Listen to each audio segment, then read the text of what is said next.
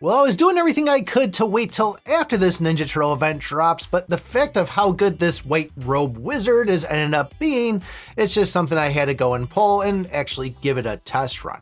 Now, if you don't know already, the final mythic stat on this, which by the way, I still don't have, I do want those Ninja Turtles, so I am saving the gem, but this says it's going to give a +2 to the crit cap. And if you didn't know already, the crit cap has been like 500% for a very long time, and this seems to bring it up to 700%.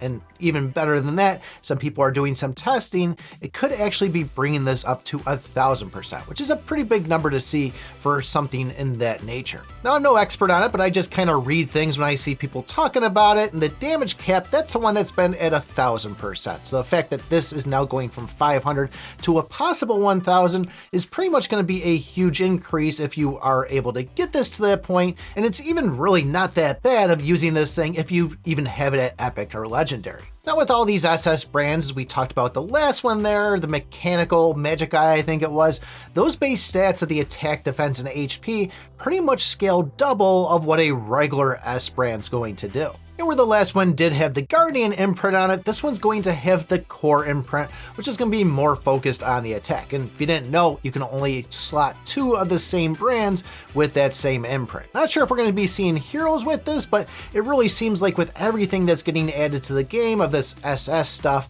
it really feels like there's 2 separate games. You're playing the one up to this point, and then once you start seeing this stuff and able to get it, it feels like things are just tweaking, and it's totally different than what we've been using up to this point. But as you can see, the epic skill on this, after a critical hit, the hero is going to get a 10% crit damage increase, and this can stack up to 8 times. You won't actually see this in your damage stats or your skills report there when going and playing, but you can see the little icon underneath of this white robe wizard and having 8 stacks. So figure after 4 rounds, you got an additional 80% crit damage. If you get this to legendary, those stacks are going to be 15% each, up to 12 times, and that's going to be an additional 180%. Plus, you can technically go and have 3 stacks per turn, so still, once again, that's going to be after 4 rounds, 180%. But clearly the biggest one is going to be that mythic one there of that +2. Don't know why they didn't just like put 200% or ×2 on it. It makes it a little bit confusing, but like I said, people are kind of doing the testing right now. I think people are seeing 1000% crit damage, but still pretty early on this. So